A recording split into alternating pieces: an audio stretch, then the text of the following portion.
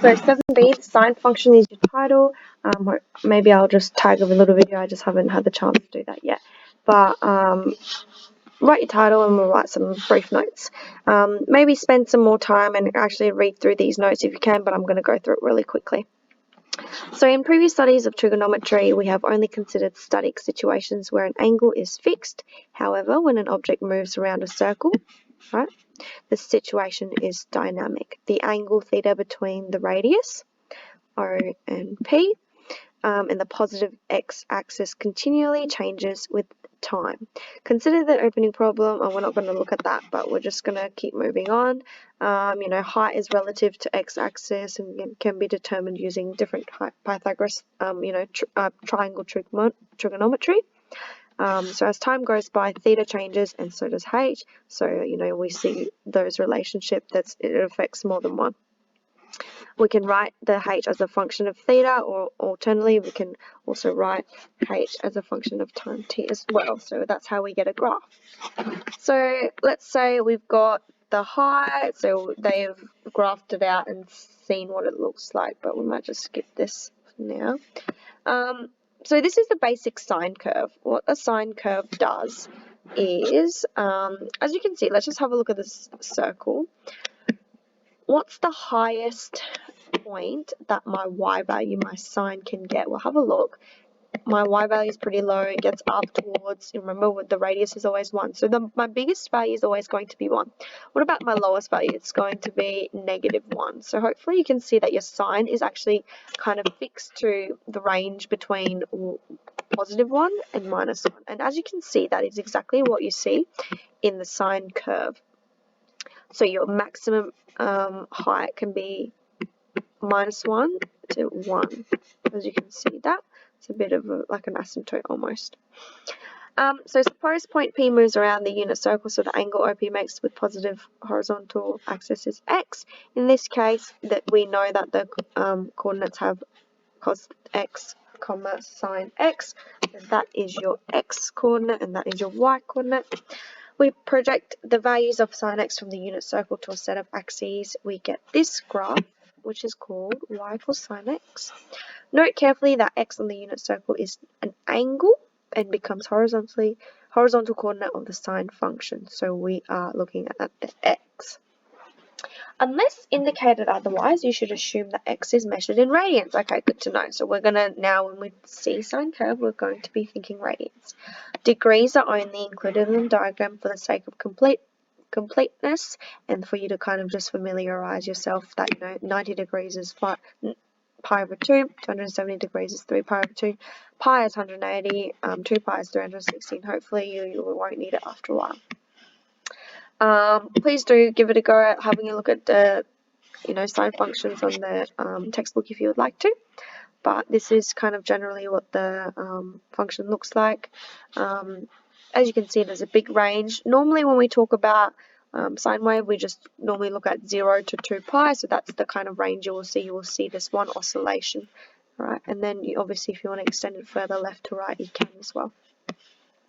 The unit circle repeats itself after one full revolution, so its period is 2 pi.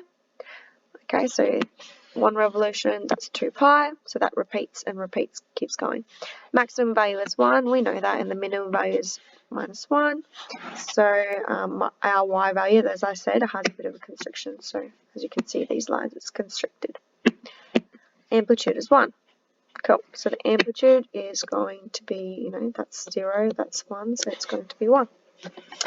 Transformations of sine curve. We've done transformations of, I think it was quadratics or a polynomial before. So now it's actually quite similar, pretty same.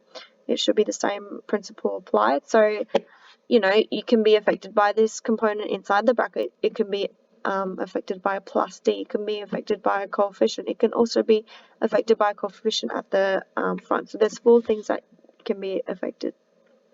So your investigation, you can summarize this in your book and write this down, please. It's very important, or you can print it, whatever. This is your A sine theta. So if there's something in front outside of the sine theta, so just be careful. It's not AX, it's outside of the sine. A is not 0 because if it's 0, there's no function. A affects the amplitude of the graph. So, okay, interesting. Now, amplitude is going to be the modulus of A. Now, what that means is modulus just means make it positive. So, let's say if there was a -3 in there, that just means it's a +3. It's just minus goes away. So, mod A is the modulus of A. It is the size of A, and it cannot be negative. So, if, again, example, if there was -5, your answer will just be +5. Just gets rid of the minus if it's there. The graph is a vertical dilation of y equals sine x with scale factor of this mod A. If A is less than 0, however, the graph of y equals sine x is reflected as well in the x-axis. So that's good to know. So 3 dot points we need to know now. Now let's have a look at another case. You can see the coefficients inside. So maybe you just write inside the sine. This is the outside the sine. So the rule's a little bit different. B has to be greater than 0, so just keep that in mind. The graph is a horizontal dilation. So this one was vertical. Maybe I'll highlight in different colors so it stands out a little bit. That one's a vertical dilation in outside, horizontal for inside.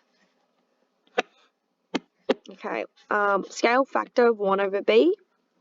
So whatever that B is, it's going scale factor be over the inverse of it, so 1 over B. So if it's a 2, it'll be 1 over 2. If it's 1 over 4, it'll be 4.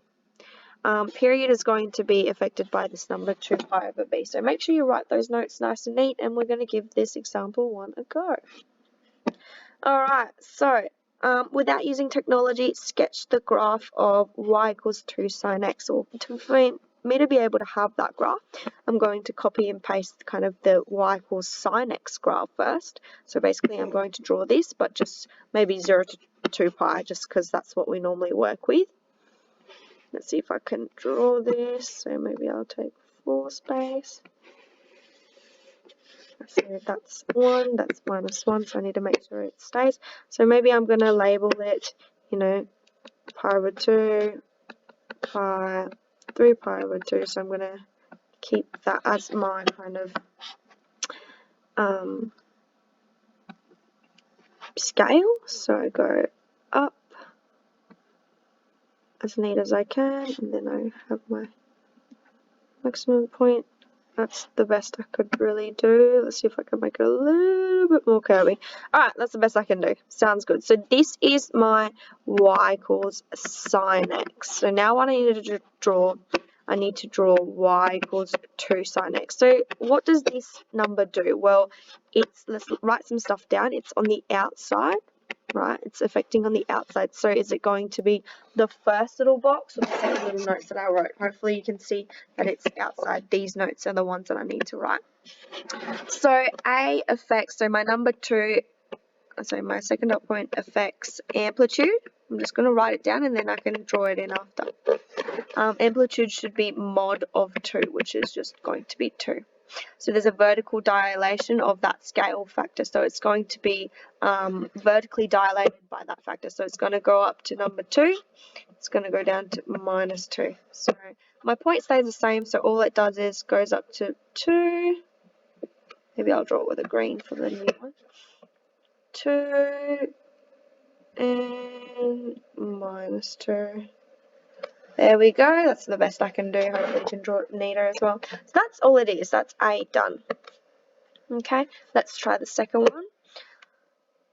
Okay, so really similar. Y equals -2 sine x. Now technically this didn't have a range compared to these, so I could have kept going. Right, I could have kept repeating it, but I'm not going to, purely because I'm going to run out of space if I do so. Alright, with this one, again, I'm going to draw my original graph. Well, I can draw 2 sine x, so maybe let's start there. I know what that looks like. So I got to 2, I got down to -2, pi over 2, pi, 3 pi over 2, 2 pi. I know what that looks like, so looks something like this.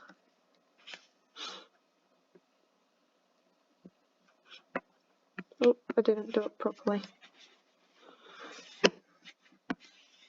What did I do? I was meant to go at here.